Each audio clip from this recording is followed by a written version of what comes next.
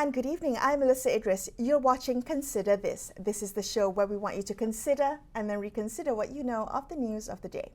Thursday, 15th of September is the International Day for Democracy. It's a chance to review the state of democracy in our country, and this is made even more relevant as we celebrate Malaysia Day. What is our vision for democracy in Malaysia? Let's ask Dr. Tricia Yeo what she thinks. She is the CEO of the think tank in the Institute for Democracy and Economic Affairs, better known by its acronym IDEAS. Tricia, with everything that's happened in the past couple of years, all the political instability and the changes in government that we've been through, my question is whether that has actually allowed for the strengthening of our democracy, whether instability is all just part and parcel of the growing pains of a maturing democracy. Well, firstly, thanks for having me on, and also happy International Day of Democracy to everyone.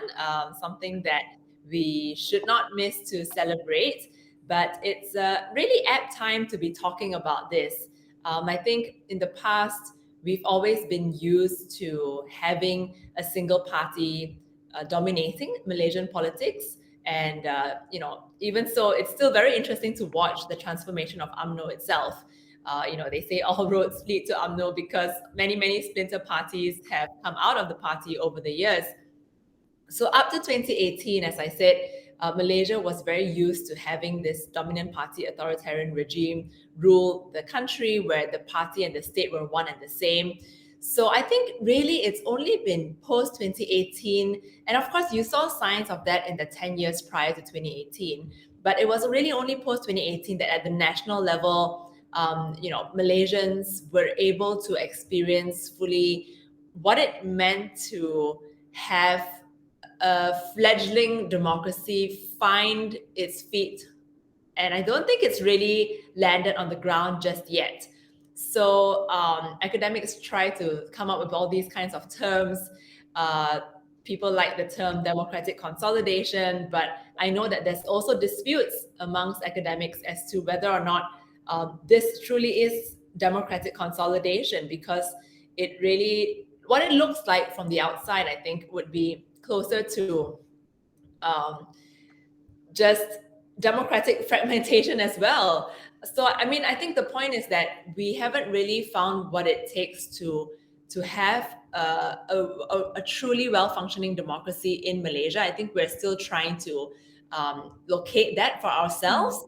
But just to say that we also need to be able to be patient and give the process the time and the breadth and the space that's needed in order to find the footing. I see the last 4 years of developments really as the parties and the nation and the people trying to make adjustments for what will no longer be the case. We are seeing the complete dismantling of a single dominant party state. And what does that look like? We still really haven't found what's the comfortable solution for us. But I would say that it is, in the long run, more positive in nature, because this allows for more negotiation. And if it can result in more policy-oriented outcomes, I would see it as a net positive. Well, I really resonate with what you said about us being a fledgling democracy and haven't quite found our footing yet. But with all this and the change and uncertainty, a lot of people can tend to lose heart or not have the patience. It can be very tempting to look around and feel despondent. And one of the effects of that is, pessimism sets in, and democracy is, again, about the participation of people, both civil and in politics. Has that taken a hit that cannot be reversed? I'm wondering whether this pessimism has discouraged a lot of people from wanting to engage with politics and with voting, and in that way has hit our democracy, our democratic systems hard. Well, I think that if people are actually very pessimistic about the way things have turned out, then they're not looking very hard at the outcomes of what we've actually managed to gain out of an unstable government. So yes, we've had an unstable government, but it is a highly unstable yet responsive government. For the first time in many, many years, you suddenly have the government willing to, like I said, negotiate on policy terms. The MOU, for example, would never have been signed had there been a very stable dominant party. And we would never have had the discussion over setting term limits for prime ministers, signing the anti-hopping bill into law, having discussions over political financing, which is actually happening right now as we speak, and of course, lowering the voting age to 18. So all of these developments, I mean, would they have happened if we had a stable single party dominant state? I don't think so. So I suppose my message to people who have been feeling disappointed and pessimistic would be that, really do try to look at it's not just a silver lining, actually. It really is maybe not a silver cloud per se, but there are more positive things to look at. And I would say this, right, that historically speaking, not most, all of the dominant parties of the world, the dominant party authoritarian regimes that have fallen, have actually never come back to power in its full force. And this is a big if UMNO is able to do that in Malaysia, this would really be a very surprising thing, because it's not happened in other countries. It's not happened in Mexico, in Taiwan, where when the dominant party fell from power, they were never able to regain that kind of position that they used to possess. So it's really interesting to see how it's going to be from now on. So what I'm saying is, if UMNO never returns to power the way that it had for the 50 years prior to 2018, that would not be unprecedented. And also, what I'm saying is that people need to normalize themselves and be familiarized with how a fragmented coalition or fragmented party system is going to look like, and be willing to accept that these negotiations can happen across party lines moving forward. Just a follow-up question on that, Tricia. Why is it that has never happened, that a dominant party has never regained its full power? What is the underlying thinking behind? Is that not regressing to the way things were, or what is the thinking behind it? Usually because when the dominant party falls, then they actually lose control over a lot of the incumbency advantages that they used to have. So including, which happens in Malaysia as well, right? So if you're an incumbent party in government, then you have access to resources, you have access to position distributions, and all of that is lost in one fell swoop. And the loss of that, number one, makes the new party in power much more powerful and able to access these resources. And the dominant party usually becomes more fragmented, and there's a lot of regrouping. So I think you're seeing similar trends here as well, where you see the splintering of UMNO into several different factions. There's no one strong core. We start to see that there are divisions which are publicly made known. I think one thing about UMNO in the past is that they would never wash their dirty laundry, their dirty linen outside the party. So it always seemed and came across as a very united party. But I think that is changing at the moment. Right. Tricia, thank you so much for joining me on the show. Dr. Tricia, you're from Ideas. And if I may wish you happy Malaysia Day in advance, have a good one, Tricia. Thank you so much for joining us. A quick break here on Consider This. We will be back with more. Stay tuned.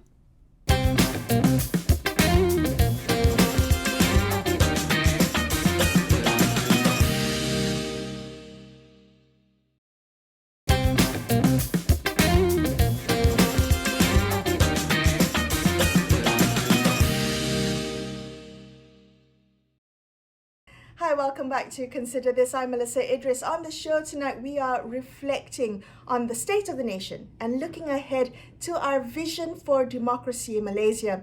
This to mark International Day of Democracy on the 15th of September, and also in celebration of Malaysia Day on the 16th. Strong, inclusive democracies need youth participation. However, young people are also the generation most likely to be underrepresented in policy making, leading to decisions that don't reflect their realities. How do we correct this? Let's ask Kira Yusri. She's our next guest. She's the co-founder and education director of Undi 18. She's also the special advisor for youth for the EU Commissioner on International Partnerships. Kira, let's talk a little bit about the active participation of young people in democratic structures and processes. It's essential for any democracy to be truly inclusive, but I do wonder if there is a gap between what political institutions understand to be participation and what young people, or how young people believe participation is important, and what issues mobilizes them. Is there a gap, do you think? Yeah, I think thanks for having me, first of all. And I think I just want to start off by saying that I think if we compare youth political participation over the past 20 years or so, it has certainly improved a lot drastically, right? I think especially with the implementation of Undi 18, where young people will become voters in the next general election, institutions, political institutions, government institutions have no choice but to consider young people as an important stakeholder. However, the situation is still far from ideal. I think even if we just look at how the government responds to whenever young people speak up on issues that they're not a fan of, on issues like employment, issues of political instability. I think if you just look over the past 2 years, especially since the pandemic, how the government has used state apparatus to clamp down on young people speaking up. I myself have been investigated under multiple acts, including Sedition Act, the Peaceful Assembly Act, as well as the 233 under Communication Multimedia Act. All these actions and intimidation don't reflect a government or an institution that welcomes youth political participation. On the flip side, however, we also see, certain cosmetic inclusions. You have, I think whenever the government does consultations or programs, you do see youth representation at a lot of events, right? And I think credit to, I think, certain departments as well in the Ministry of Youth and Sports, they do go the extra mile to engage young people, even with NGOs that are deemed quite radical, like mine. So I do want to, say that those kind of actions should be cultivated. They shouldn't be punished.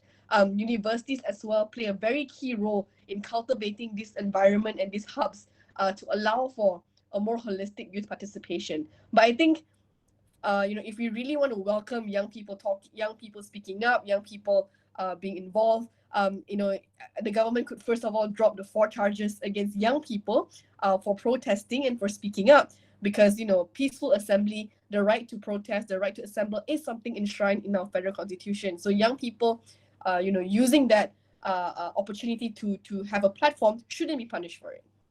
Well, I'm thinking about, so some young people are very actively engaged, but there are those, I would say, socioeconomic exclusion and democratic exclusion, they often go hand in hand.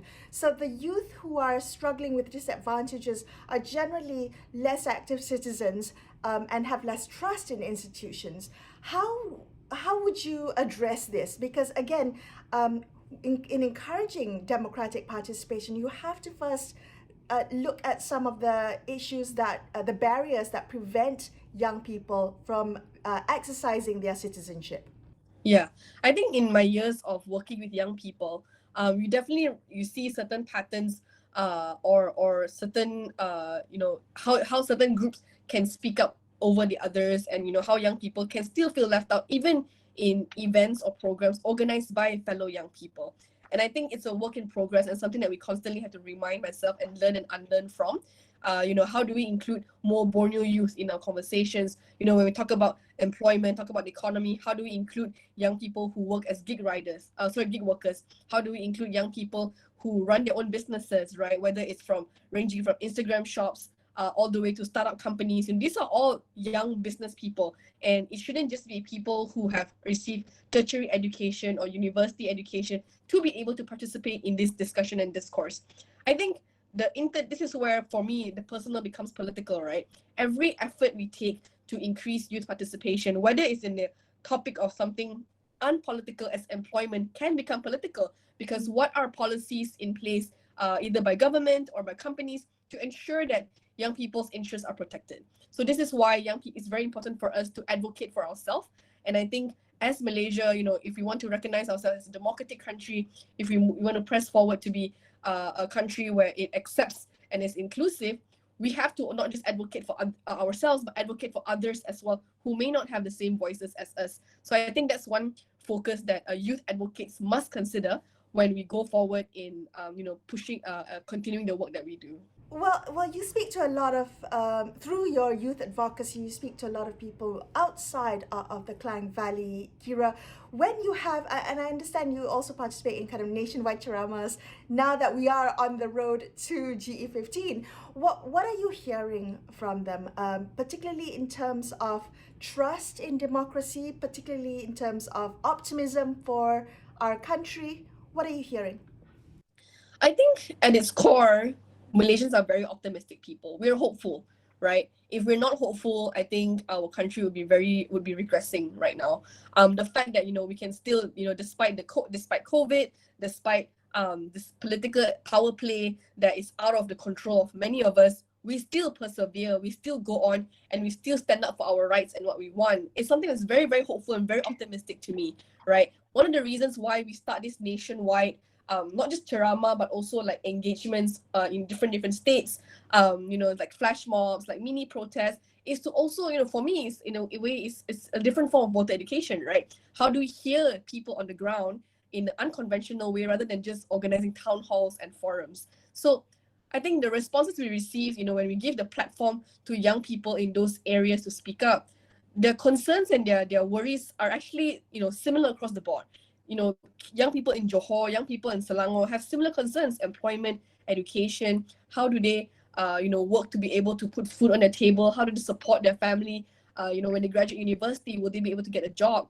Will their degrees be relevant? These are consistent concerns across the board.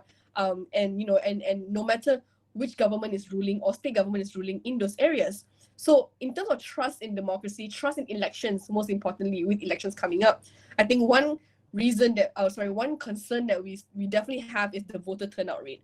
So hopefully through these efforts, we'll be able to galvanize young people and push them, even if you're not able to go and protest, you're not able to, you don't feel comfortable speaking out on a public platform. Voting is one area where you can actually have your voice really heard and where it really matters, because in the end of the day, we have to understand that our actions can determine who the government is. So I think through these efforts, we hope to highlight core issues, even in our electoral system, like gerrymandering, malapportionment, redelineation. Why do youth in urban areas have less of a voting power than youth in rural areas?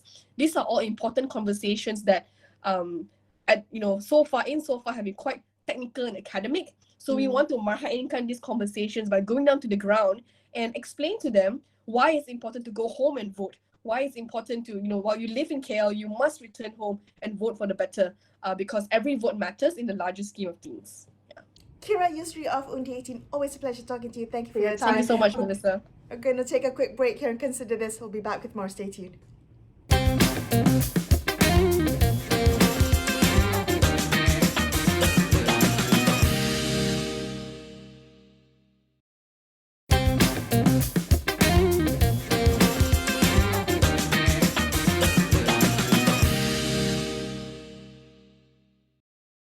Hello, welcome back. I'm Melissa Idris. Thank you so much for staying with me on Consider This. As mentioned earlier, we're taking the opportunity today to review the state of democracy in our country. This, as the 15th of September is International Day for Democracy, and it's all made all the more relevant as we celebrate our Malaysia Day and our nationhood tomorrow. Let's speak now to Thomas Fun. He is chairperson of the Coalition for Clean and Fair Elections, better known as Bersih 2.0. Thomas, it's often been said that democracy is messy and it's hard.